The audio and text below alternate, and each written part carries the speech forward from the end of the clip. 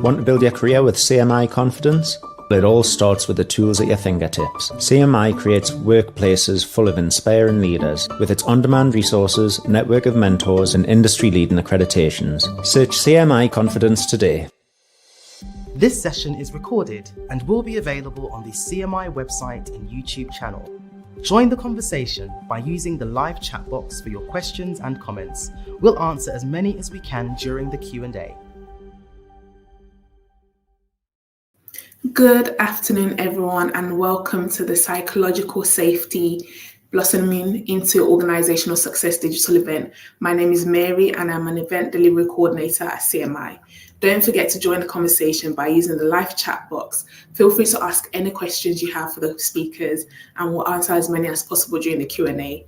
I will now hand over to Roger Burt, the Diversity and Inclusion Lead at CMI Southwest Regional Board, to begin today's event.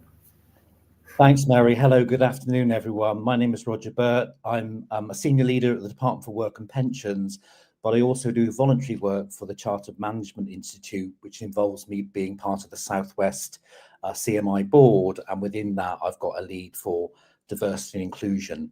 So thank you very much for taking the time out this afternoon to join us.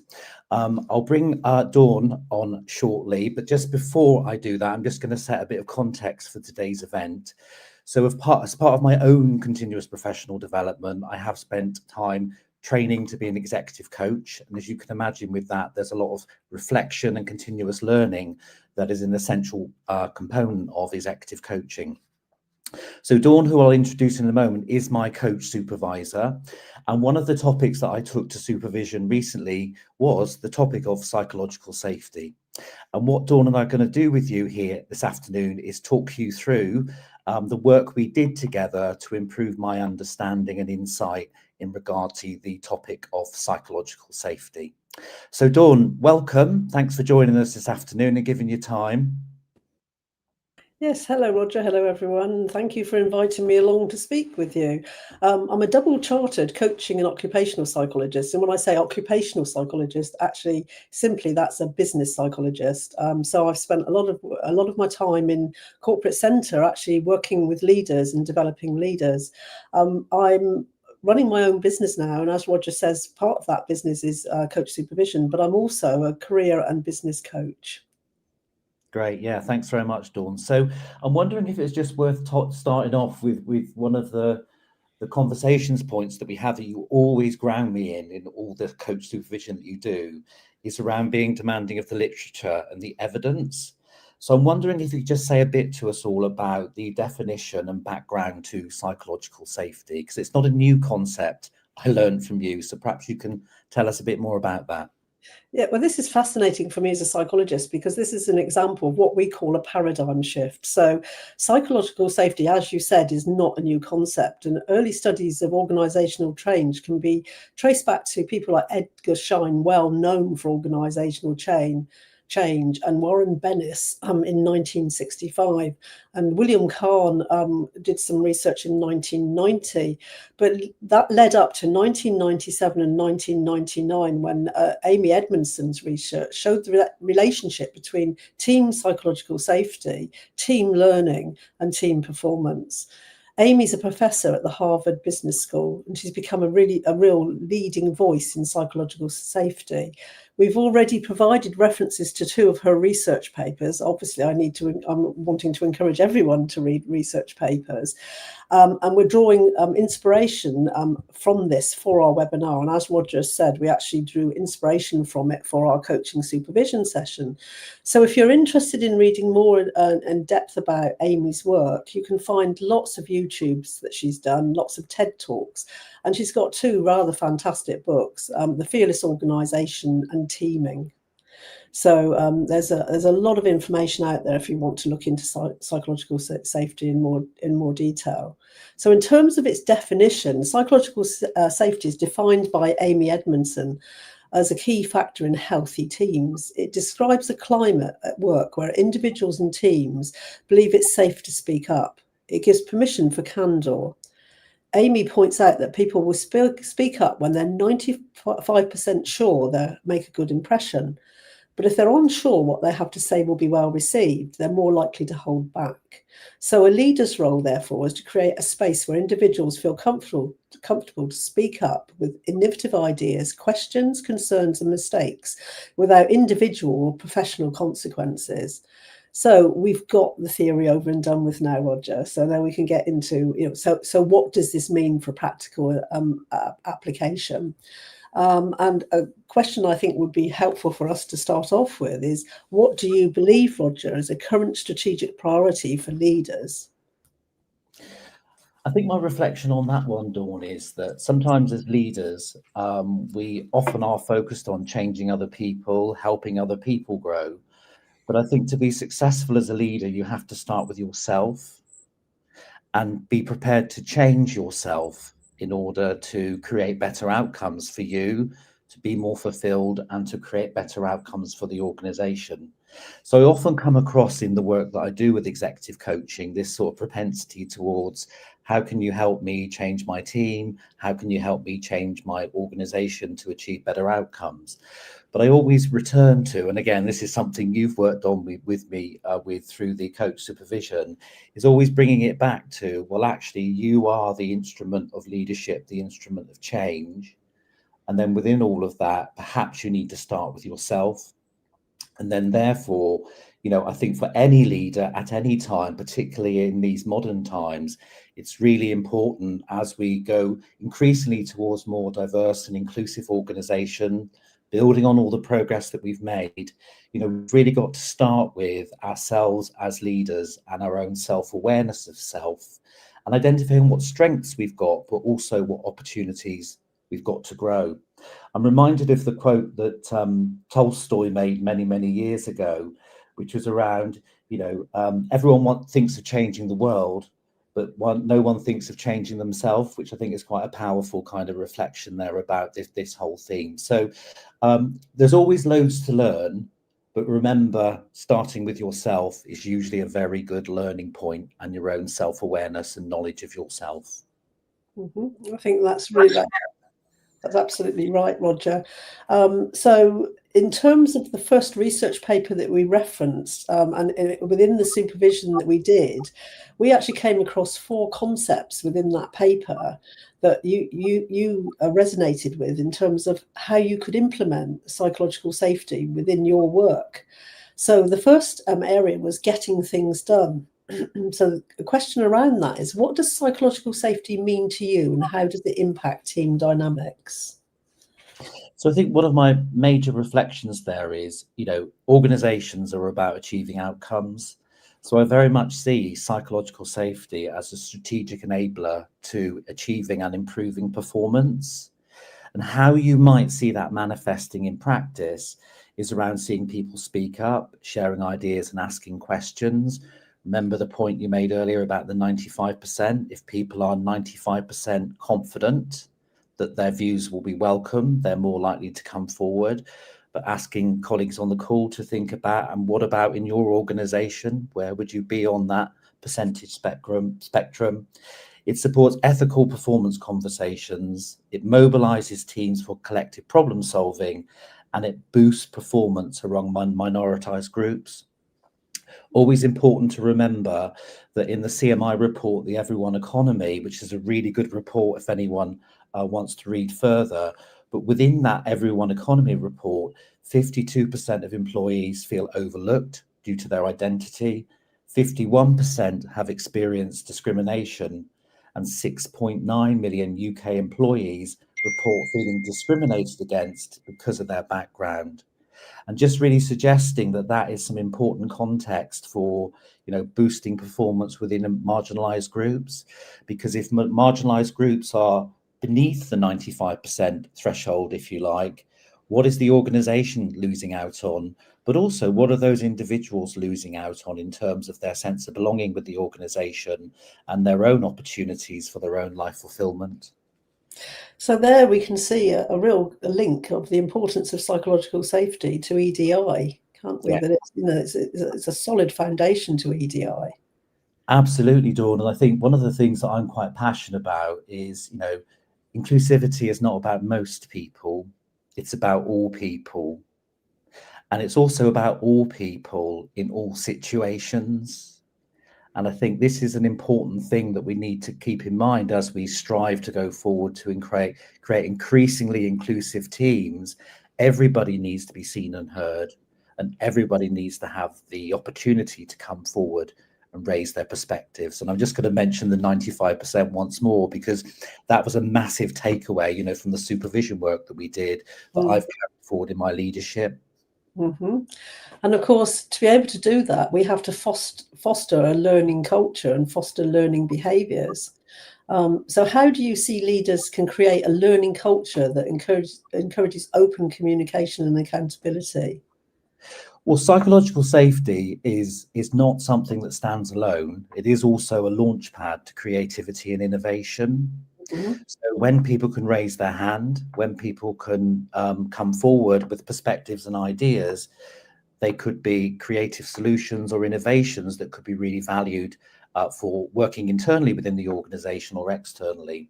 And remember with this as well, to remember the point around including everybody, because people from marginalised groups sometimes get overlooked, and their ideas and perspectives may be hugely relevant to shaping a new way of working internally or with customers. So I'd really encourage everyone to think on this one about how do you create growth mindsets in your organisation. So not a fixed mindset, a growth mindset that prevails at all times, where people are much more self-prepared to hear from others, to weigh other people's ideas up, encourage curiosity and learning from failure. This is a big cultural shift, I think, in leadership, about valuing failure as an opportunity to learn and grow. From that failure, there could be the next big break for the organisation or the team. There could be insights that could lead to breakthrough improvements to services, etc. One of the things that's really important to me here on this one as well is leaders must offer multiple voices. And one of the things we often talk about in psychological safety, Dawn, and again, we chatted about this in the supervision, we talk about voice. And of course, voice is a really powerful way of people coming forward, raising their perspectives and ideas. But let's just think about the modern diverse workplace, and people have preferences for how they communicate. And I'm just going to offer some other ideas to the group about some alternatives. So obviously written communication is another way of raising ideas, anonymous feedback, suggestion boxes, that kind of thing. Doing things visually, some people think in pictures, not everyone thinks in words. Collaborative platforms. And the other one that, again, Dawn, we've done a lot of work on in my supervision is about the system of communication. And it's not just what's said, it's also what's indicated by tone of voice, body language, etc. So really encourage, leaders as we go forward to think about how do we create psychologically safe organizations, thinking the system of communication, blending the what's said, the tone of voice that's used, but also what's not said and what's picked up through body language cues. And also building shared ownership areas where you can collaborate and work on things together. Yeah, so that again makes it important to have a psychologically safe culture, doesn't it? Because in supervision, we've worked on what is the actual culture around you and the person you're coaching, and how does that then play out in how you coach and how that person feels about their work experience. And that neatly joins us up with the improving work experience, which was the third area of psychological safety. I think a lot of what was gone before is actually tying into this area. But how does a sense of belonging contribute to team performance in your view, Roger? Well, I've already spoken about sense of belonging. For anyone to feel included in an organisation, they need to be able to feel that sense of belonging. Mm-hmm. And remember, sense of belonging is not judged on the other person's perception of what that looks like. Mm-hmm. It needs to be judged, on the basis of the individuals and what they need and what they believe and perceive to be the sense of belonging, the things they need to have for that to be effective.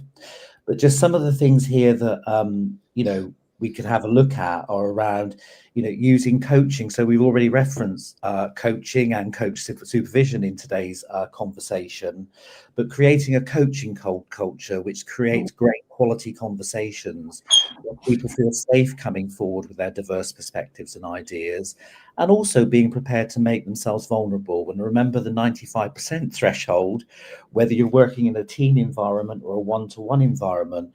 If people are beneath that 95% threshold of confidence to come forward with their perspectives and ideas, that work needs to be done first, about building trust and the relationship and the safety before people will come forward and share their ideas. Keep asking yourself the question when you're leading, coaching, whatever, is everyone seen and heard? When you look around a room, is everyone contributing? What are you picking up from those that aren't speaking? What are you picking up from the body language from those that might not be speaking? Are you picking up indicators that they might not feel included? And I think there is this concept that we've also spoken about in this whole psychology space about, discounting the future. As a leader, what we can be quite focused on is getting like an immediate outcome, but that may not necessarily be representative of the views of the diverse group. And in rushing that through and not taking the time to get other people's perspectives, perhaps we will be discounting what could be a better outcome, that would be a better outcome for the team and the organization. But because we haven't brought everyone in, we haven't included everyone, we may get an outcome, but it may not be the richest outcome we could have gotten if we'd been more diligent around including everyone. Absolutely. And that's about using coaching conversations, isn't it? And as you're speaking, I'm thinking of a video that I watched with Amy Edmondson talking about teams and how you can look at a team as the hard drive and the soft drive, and that the hard drive of the team is the goals and the outcomes and the outputs of their work. But the other side of it is that soft interpersonal skills. And none of us need to be really highly trained coaches to have to have coaching conversations. We simply need to ask someone their opinion and take the time to listen to them. In that way, people feel like they're being heard. So, one of the easiest things we can do to implement psychological safety is to take time to actually talk to each other and ask each other their opinions. But of course, leaders are also pivotal to implementing psychological safety culture. And the final section of the paper was leaders and leadership. How can your understanding of psychological safety shape your leadership and coaching practice, Roger? I think one of the things that I'd probably think about here is, power dynamics. So in any leadership environment, you may well have, different relationships and power dynamics at play, vertically, horizontally, etc. And I think it's really thinking about how do you navigate those, because as a leader, it is important that we include everyone. And therefore, everyone needs to come forward with their views. But then as a leader, how aware are we of the power dynamics that are going on in a given situation? Who's doing most of the talking? Who's doing less of the talking? Who do we need to bring forward? Who might be biasing a particular view on something based on their preference, and so on. So I think there's something in all of this about, as a leader, being self-aware, of course, and intentional, but also, being conscious of power dynamics and what's happening around the power in the environment. I've already spoken about a huge amount around marginalized perspectives, and you can't underestimate that, because, if we want to be inclusive organizations with sense of belonging, creating better outcomes for individuals internally and also externally to our customers, we've really got to bring in those marginalized perspectives. And if we're beneath that 95% magic number that you mentioned earlier, how can we be assured as an organization that we're not overlooking treasure that could be really powerful and useful in terms of improving outcomes? I think as a leader, mentoring could also take place, to support inclusive growth, to help everyone grow.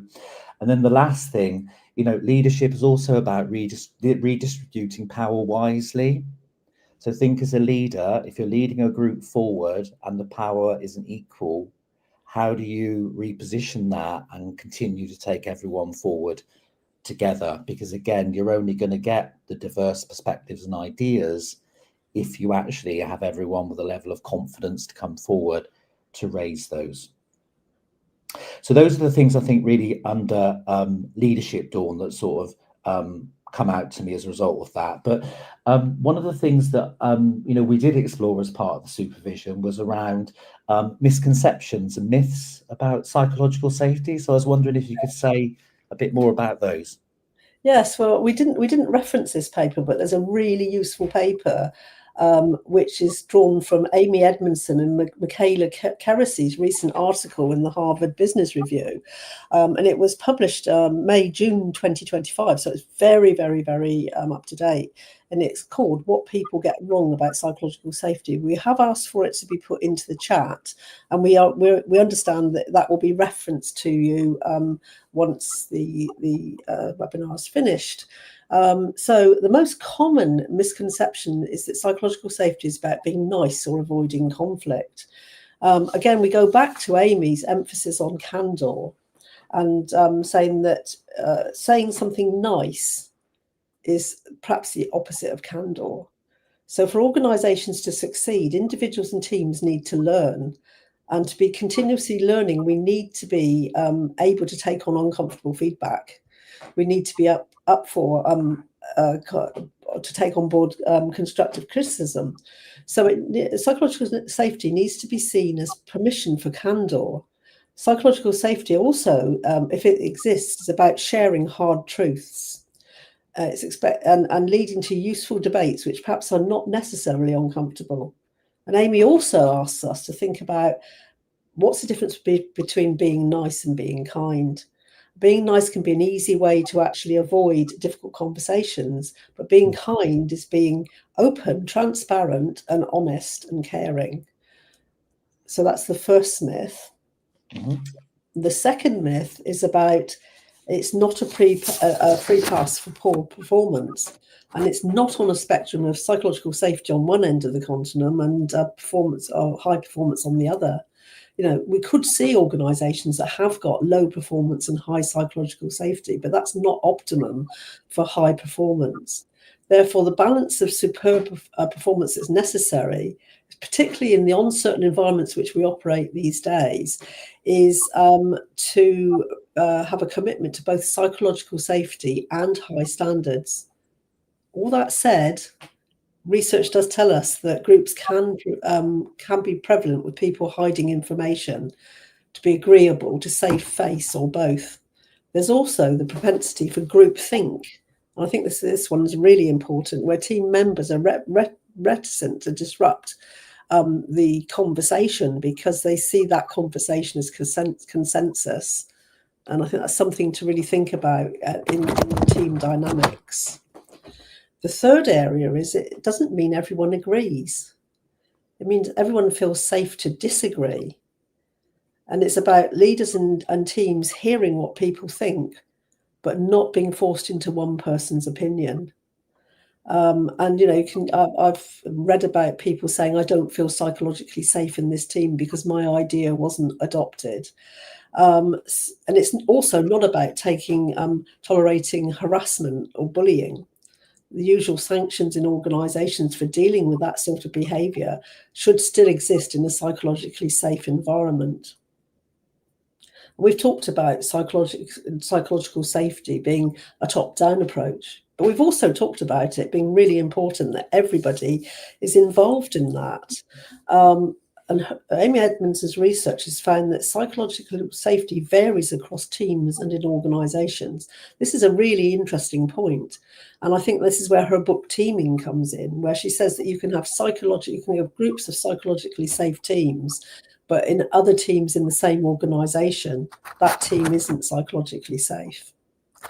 So another one to really think about in terms of how you get the culture. And obviously, this isn't a subject for today, but team coaching would be very much, sort of an organisational approach to team coaching would be very much the right way to go in terms of implementing a psychological safe environment. And that said, it's very expensive to bring in coaches to actually coach teams. So we go back to that coaching conversations as business as usual within teams. The fifth area is not about job security.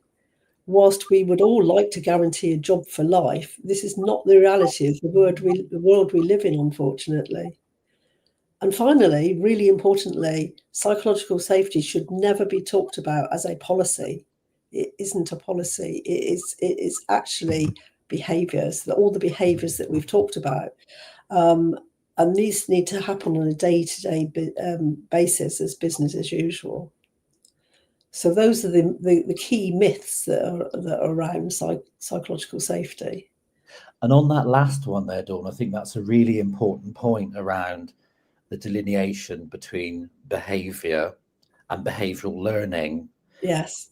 Perhaps learning to follow a process or to do an activity, because behavioural learning, requires practice, rehearsal, and sometimes needs a stimuli to connect you with a situation that you can then learn from in order to enable you to grow, which then takes us back into the whole topic of psychological safety, that for people to develop and create these skills, there's got to be a psychologically safe environment, because people might make one or two missteps along the way as they start to grow these skills.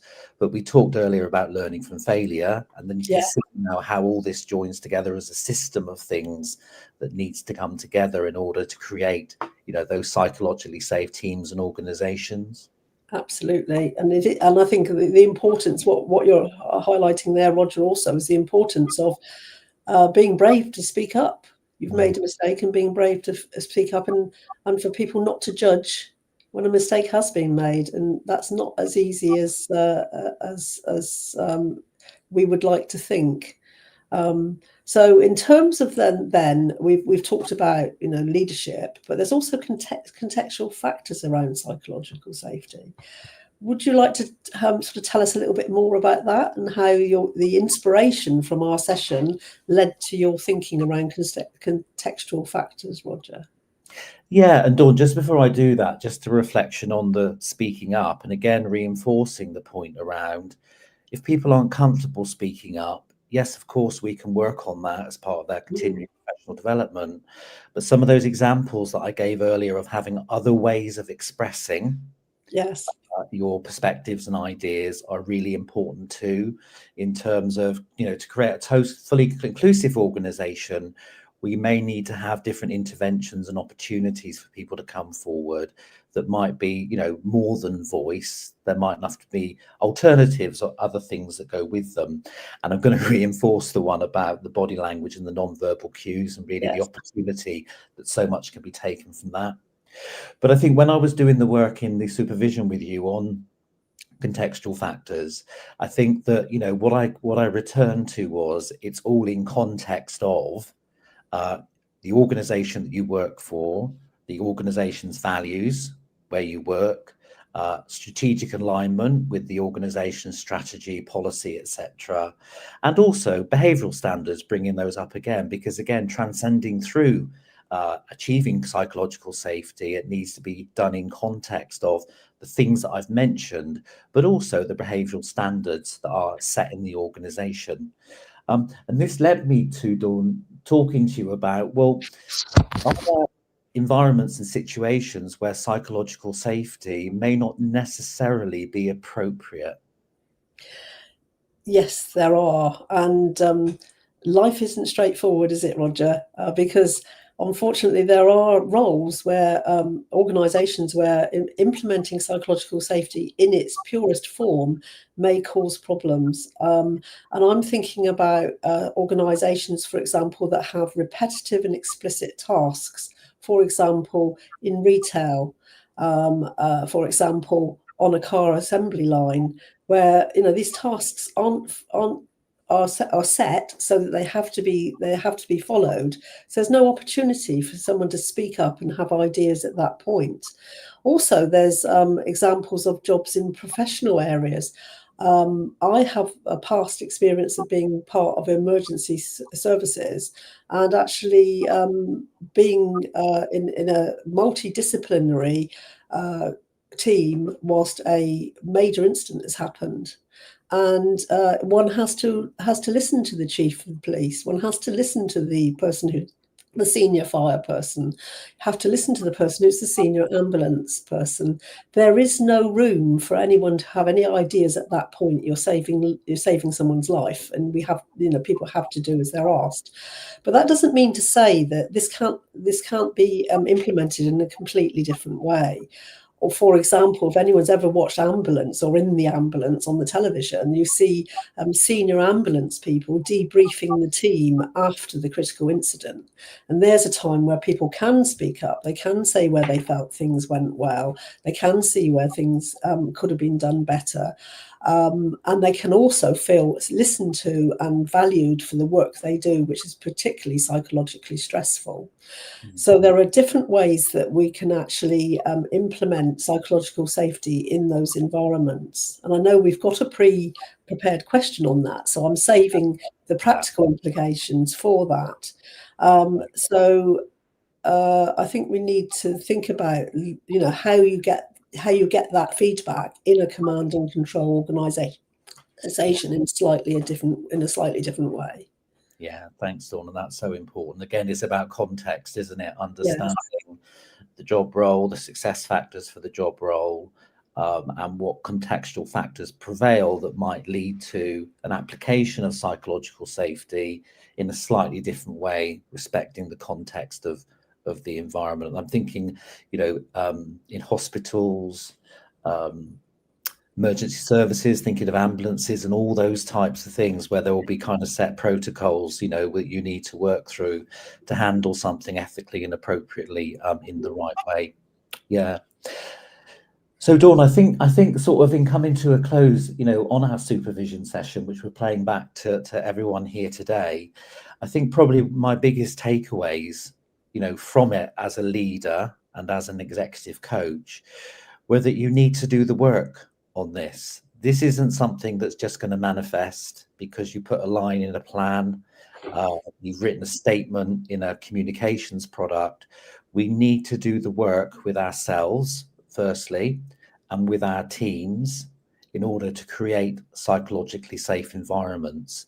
And we can't underestimate the role that we have in that as the leader, because if we don't fully understand the concept, if we don't understand how we might be able to create a successful way forward, but also maybe bias it or impact it by some of our own unconscious behaviors, we're not going to be successful at achieving the transformations that are needed.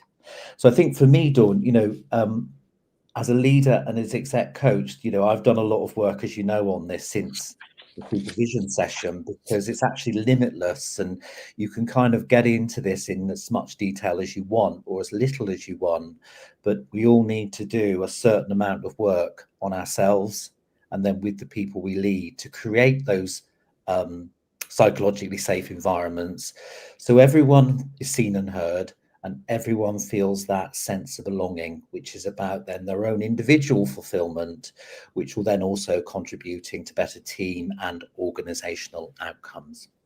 Mm-hmm. So Dawn, on that, why don't we have a look at the three of the pre-questions that we got sent in. We'll do those first. Yes. And then just saying to everyone out there will be time following these three for us to open it up more widely for any other questions that anyone wants to bring forward. So Dawn, the first one that we've got here is a question from Stephanie. Are there nuances in how you create psychological safety for men and women? So is there anything in the literature, anything in the research that you'd point to there? Yes, I've actually found a paper from Amy Edmondson. It's not that isn't the focus of her work, but she has actually published a paper about the differences in gender in respect of psychological safety. And this study actually found statistically significant differences between men and women at work. And this was around the willingness to speak up with relatively low confidence about the content. And this is much higher for men than women. So men will tend to speak up if they're less confident about the content of what they're going to say. And women are more likely to hold back at the same level of confidence than men. So I wonder how you see that then playing into your leadership, Roger. Well, I think straight away, what is the gap in the insight and understanding? Yes. That's being missed there. Mm-hmm. And then I will probably take that a stage further and probably bring it back to myself and think about what work do I need to do on myself to understand all of that better. Yes. Think about in my one-to-one conversations, coaching conversations, team conversations and general leadership, how do I actually, with that knowledge, do things that might help overcome that? Mm-hmm. And I think there's so much in all of this around trust. Yes. You know, we hear, don't we, trust is everything. So if you think trust is everything, so we've got to create psychologically safe and trusted environments for all, not just some people, all people, and not just some people in some circumstances, but all people in all circumstances. So it's one of those sort of leadership challenges, Dawn, where as the leader, you need to do the work. And yes. part of the work is knowing yourself, but also knowing the people that you're leading and working out your own path to navigate through that. Being prepared to learn as you go, because one of the points we spoke about earlier is we might do the occasional misstep, but if we view that misstep as a signpost to learn something that takes us to a different place, that will increase our capability, confidence, and increase outcomes for everyone. And let's remember also that in the myths, it's not just a top-down responsibility, is it? It's for everyone to actually encourage everyone to talk, to speak up.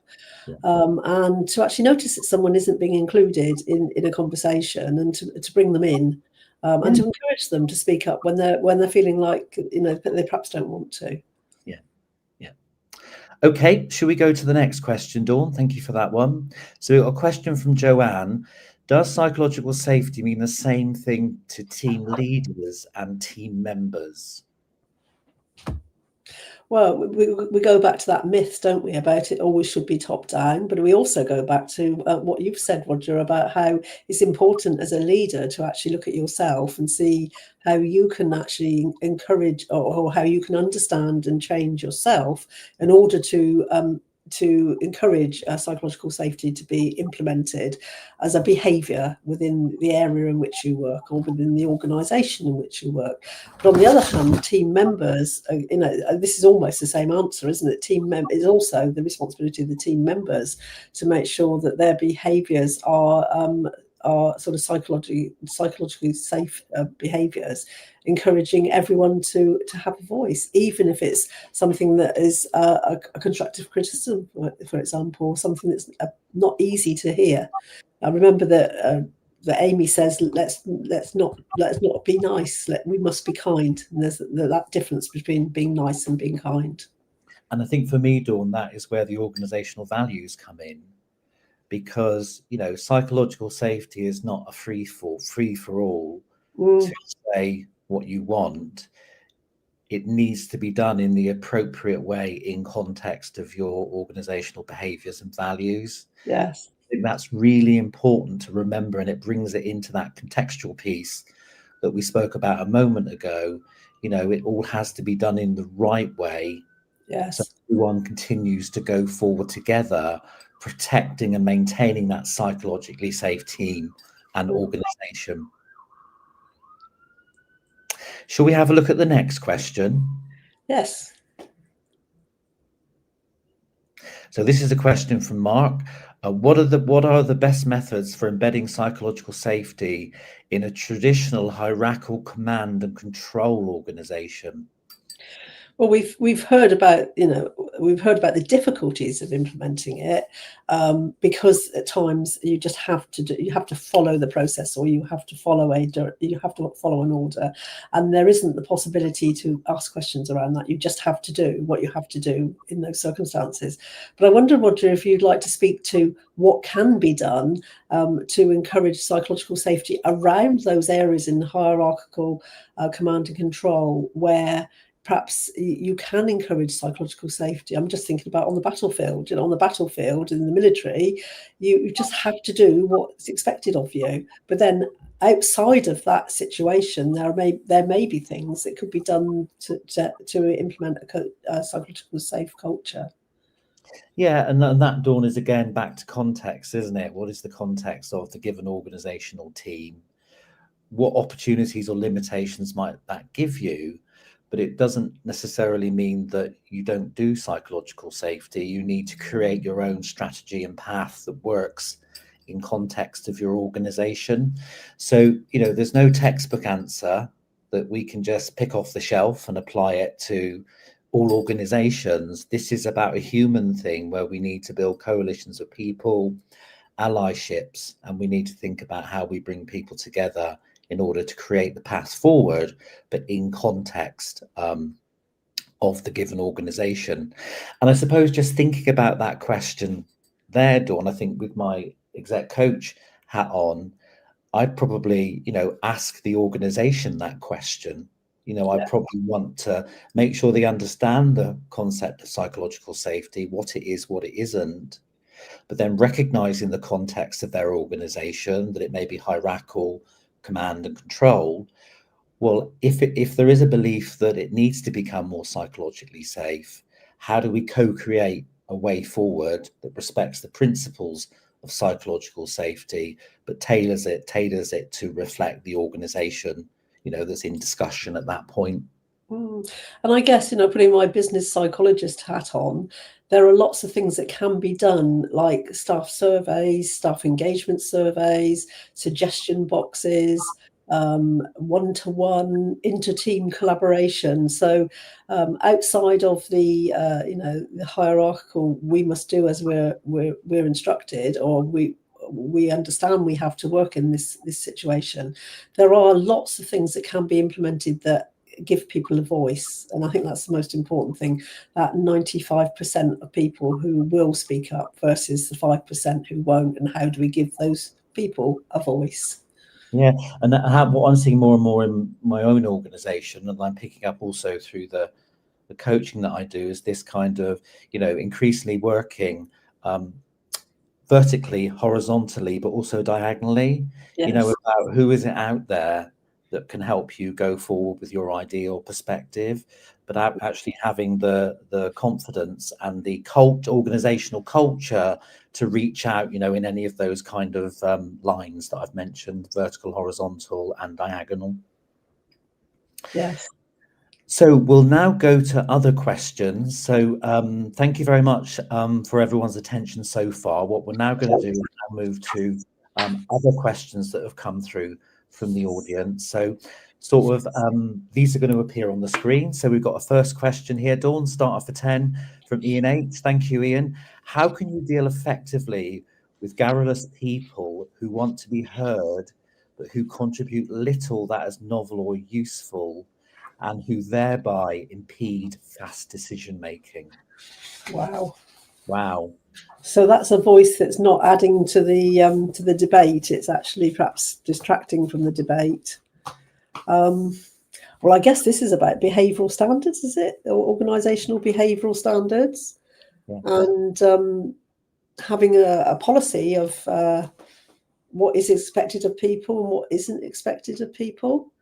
Yeah, and I think also the bit of me around fast decision making. Let's be clear here that the fast decision making is motivated by getting the right rounded outcome for the organisation. Yes. The point that I made earlier about discounting the future. But then if people are contributing little that is novel or useful, well, they are still part of that team, and they are still part of the organisation, and they still deserve to feel a sense of belonging. Mm-hmm. So what is the work as a leader we might need to do with ourselves, with that individual, to encourage them to reflect on the contributions they're making, enabling them to feel psychologically safe coming forward, talking about, why their perspectives might not be as rich as others. But I think, we've got to come from here an environment of trust, that everyone is included, and perhaps if people are coming forward with things that aren't novel or useful, they are still a resource that's engaged in the organisation, that as a leader we need to work with them to get the best out of them possible. Some of the stuff, Dawn, that I think we've spoken about across all the coaching work that we've done, sometimes you have to name things. Yes. If this is a leader, what you perceive to be happening, that is where the power of coaching comes in, I think, to be able to use those coaching skills to name what you're seeing happening as the leader or coach, but giving the individual the opportunity to reflect and offer their perspectives. It may identify learning needs. It may identify challenges in life overall that the individual is facing. It's so important not to make up assumptions about what may be behind people not coming forward in the way that the questions suggest. But Dawn. Well, I was just going to add that I think that, here's an example of how psychologically safe behaviours being role modelled in the organisation by leaders and people who are early adopters could actually help someone like this to actually understand how we're going to change differently in the future. And in all change situations, you do have earlier adopters. Then you have other people who perhaps don't pick up on the necessary change as quickly. So just role modelling psychological safety behaviours could have an effect as well. Yeah. Okay, thank you very much, Ian. I hope that's helped. Some ideas, perspectives there for your further reflection. Shall we get the next question? So this is coming from Kemi. Hi, Kemi. How can power be redistributed effectively, especially in an environment where the rhetoric may be perceived as being different from the reality? Ooh.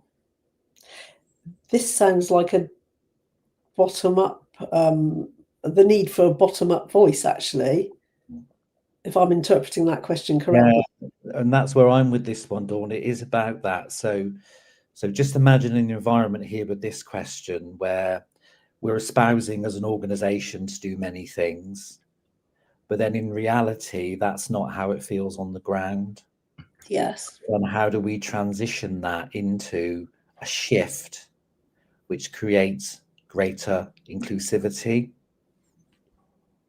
And I think for me on that one, we're talking about, the redistribution of power here.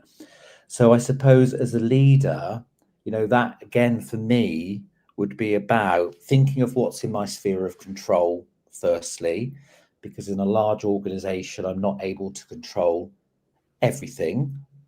But thinking about what's in my sphere of control and doing the work with myself and the team, but being very clear about this is one of the goals of the work that we need to do. It's how we enable everyone to feel included, and how do we actually, within all of that, give everyone that voice, that confidence to come forward to the 95% level in order to be successful.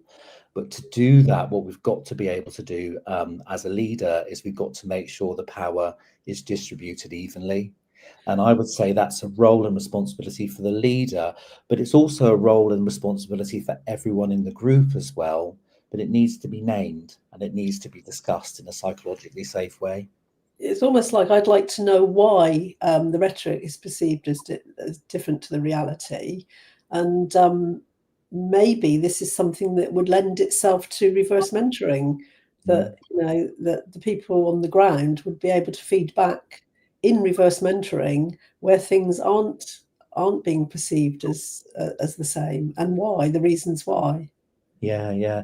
And one of the things that, I do a lot of reflection on as part of the work that I do on equality, diversity and inclusion is, sometimes these elephants in the room need to be named, and they need to be named in the appropriate setting where the difference can be made. Yes. And back to my sphere of control thing, one of the things that I dedicate to as a leader a lot is, thinking about what difference can I make? Because then if I can make a difference that impacts on, say, 100 people, and that starts to role model to others, that could extend further.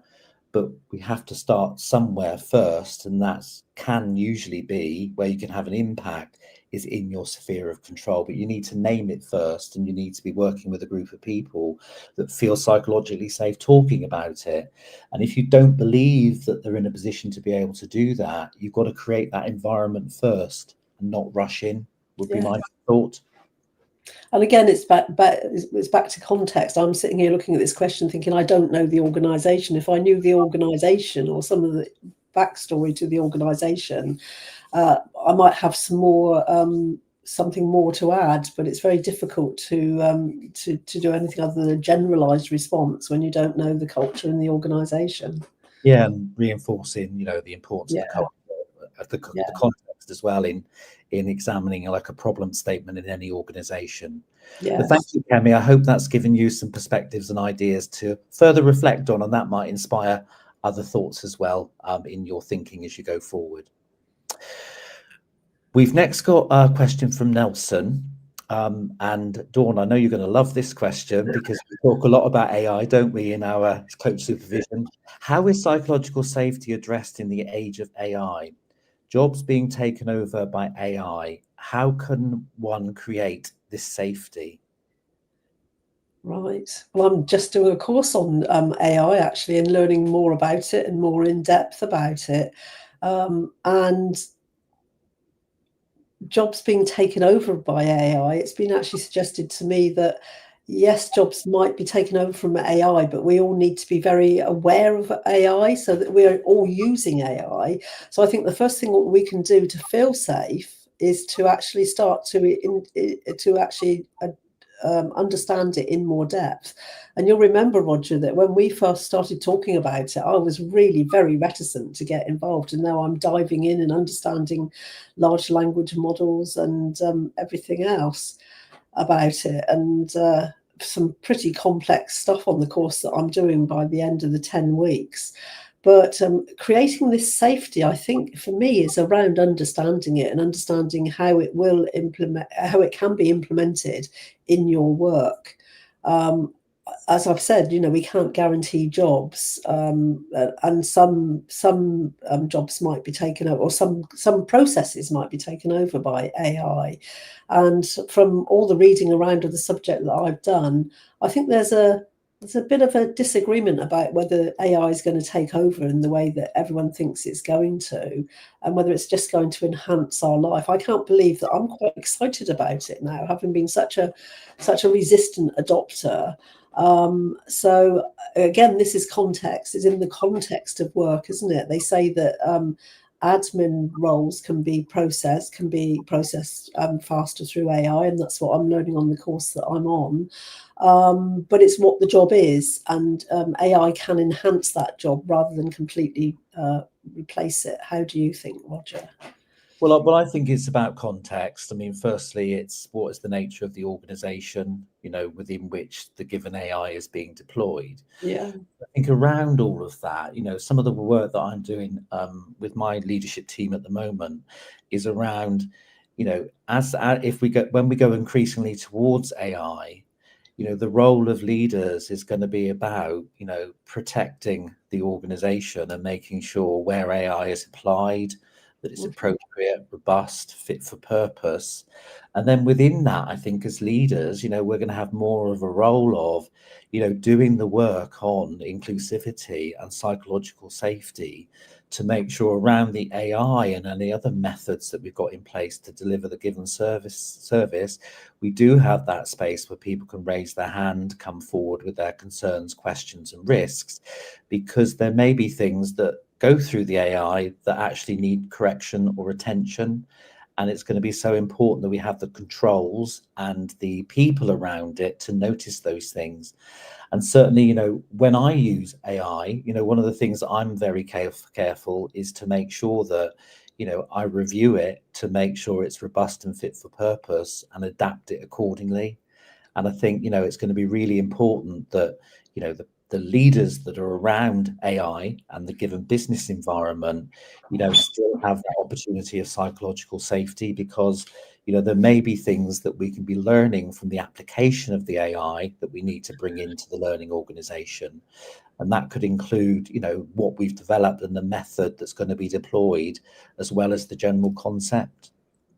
I agree with that, Roger, and that's what I'm learning on the course that I'm doing, that, you really have to interrogate the output from AI, that it can just make things up, and that you have to be really clear about the sources from AI.